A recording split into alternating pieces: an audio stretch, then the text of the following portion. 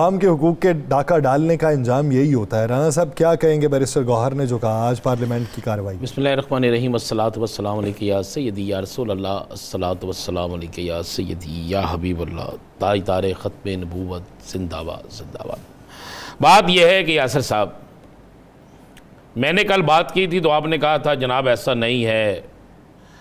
एक तो कदगन बड़ी जल्दी लग जाती है ना, एक हमें फौरी तौर पर हम पर इल्ज़ाम लगने शुरू हो जाते हैं। जो भी बोले कहते ना सच आखां दे भजन खाखां, डरदी सच ना आखां, तो फौरी तौर पे हो जाता है। बात यह है, बात बड़ी क्लियर सी और साफ सी, हुकूमत खाई में गिनने वाली है। वो खाई जो हुकूमत ने खुद जिसकी की है खुदाई, उस खाई में यह गिनने वाली है। खाई की खुदाई कितनी गहराई में? गहराई इतनी ज़्यादा है कि जिसके बाद निकलना मुमकिन नहीं है। ये मैं आपको बिल्कुल ठीक कह रहा हूँ, जिसके बाद निकलना मुमकिन नहीं है। मुझे एक बात बता दें, कोई एक रिलीफ मुझे बता दें, कोई एक रिलीफ जो इस हुकूमत ने दिया हो। शहबाज शरीफ साहब ने फरमाया था इस महीने बिलों में रियायत मिली है किसी को? हाँ, 10 दिन मिल गए हैं गुर्दा बेचने के लिए, जेवर बेचने के लिए, घर के बर्तन बेचने के लिए, या किसी जगह चोरी चकारी करने के लिए। यही है ना, इसके अलावा तो कुछ नहीं। तो अब उसको अगर बैरिस्टर गौहर ये बात कहता है तो बात यह है कि असम्बली में तो फिर बहुत सी बातें होती हैं। ये हम इस पार्लियामेंट के अंदर, जिस पार्लियामेंट की सुबह से लेकर शाम तक तकद्दस की बात होती है, पार्लियामेंट के खिलाफ बात हो तो फलां टीवी चैनल फलां बंदे को फलां कर दो। क्या इस पार्लियामेंट में आज सारा दिन होने वाली बहस में एक ऐसा बिल पास हुआ है जिससे आम आदमी को फायदा पहुंचाओ? एक ऐसी बात हुई है जिससे आम शहरी को फायदा पहुंचाओ?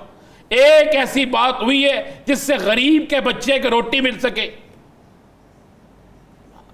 आजमगीर तारड़ साहब से लेकर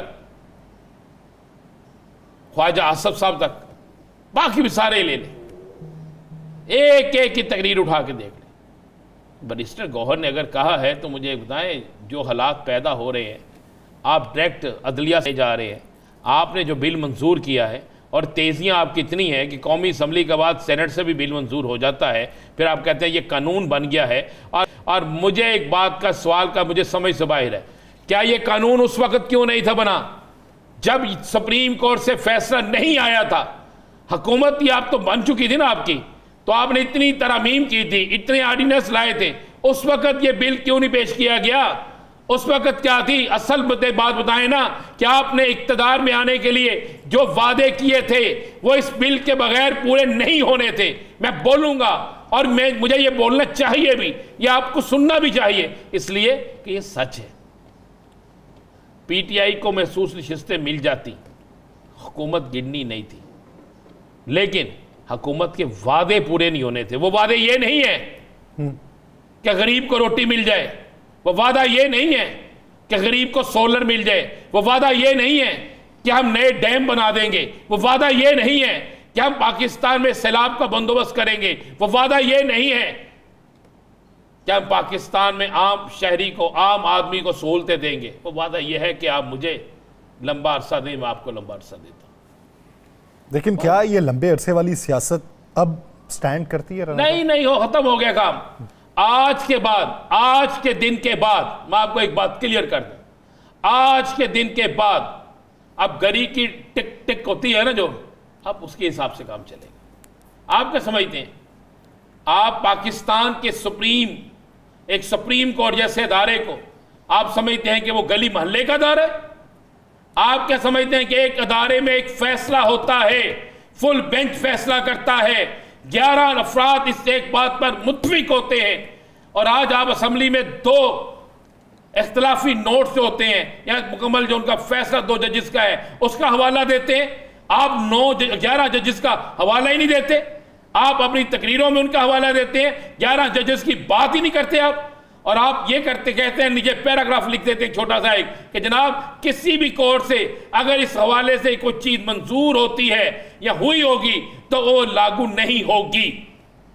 इसका मतलब है कल सुप्रीम कोर्ट किसी को सजाए मौत दे और पार्लियामेंट में ये बिल पास आप अक्सरियत राय से कर लें, जनाब इसकी सजाए मौत नहीं बनती, तो फिर सुप्रीम कोर्ट की सजा तो खत्म होगी ना दी हुई यासिर साहब।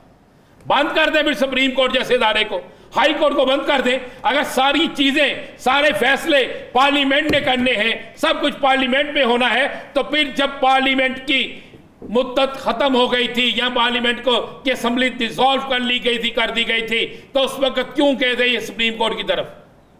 क्यों भागे भागे वहां पे गए थे? क्यों जाके वहां पे इंसाफ मांगा था?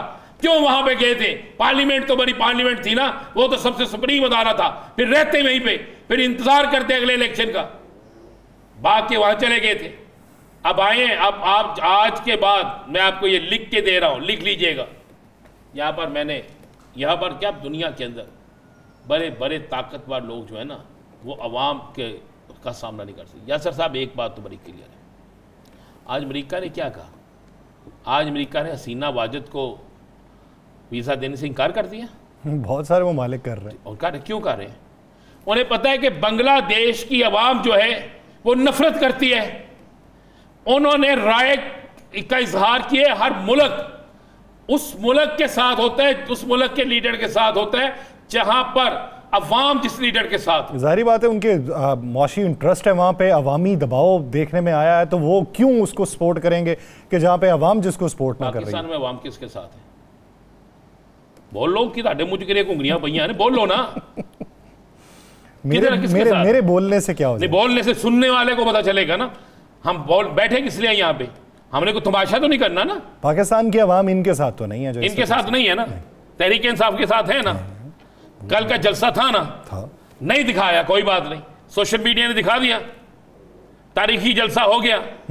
तो आपका आज तमाम इंटरनेशनल न्यूज़पेपर देखें, इंटरनेशनल तमाम अखबार और चैनल देखें, जलसे की कवरेज हुई, भरपूर कवरेज हुई। एक लीडर आज तक पाकिस्तान में मुझे दिखा दे जेल में हो और उसके पीछे इतना बड़ा जलसा हो जाए, और जब वो डयाला से रहा होगा तो आप क्या समझते हैं? जलसा क्या, जो वो जुलूस जो है वो सबको बाहर नहीं ले जाएगा? तो फिर ये जो बैठे हैं, पूरी दुनिया के अंदर लोग बैठे हैं, पूरी दुनिया के जो ममालिक हैं जो पाकिस्तान को सपोर्ट करते हैं, उनको नहीं पता कि पाकिस्तान के अंदर अवाम की नब्ज़ क्या है, उनको नहीं पता अवाम किससे मोहब्बत करती है, उनको नहीं पता अवाम जो है वो किसको वोट देती है। अमेरिका के अंदर वाज़ेह हो जाता है कि जनाब आपका इलेक्शन 2 नंबर हुआ है। यूरोपीय यूनियन में वाज़ेह हो गया, बरतानिया से आवाज़ उठनी शुरू हो गई, ऑस्ट्रेलिया से आवाज़ उठनी शुरू हो गई, कैनेडा से आवाज़ उठनी शुरू हो गई। तारे को रह की गया, की रह गया तारे को? ये थोपियों को जाके आवाज़ उठाइए। उसका कीमिया है। मुझे एक बात है ना, तो फिर आप ये समझ लें कि आप 272 या 273 या 180 या 185 या 182 लोगों को लेकर आप ये साबित करें कि नहीं जनाब अब हम ही सब कुछ है, नहीं है। तो भाई नहीं है। जब अवाम की नफ्स चेंज होती है ना, और जब अवाम फिर निकलती है, अवाम को आप कितना धोखा देंगे? आपको पता है कल हड़ताल है जी, कल हड़ताल है। ये जितने कापी पेंसिल जितने लोग हैं स्टेशनरी वाले हड़ताल कर रहे हैं। ओ यार, आपने किस किस चीज़ पे कच्ची पेंसिल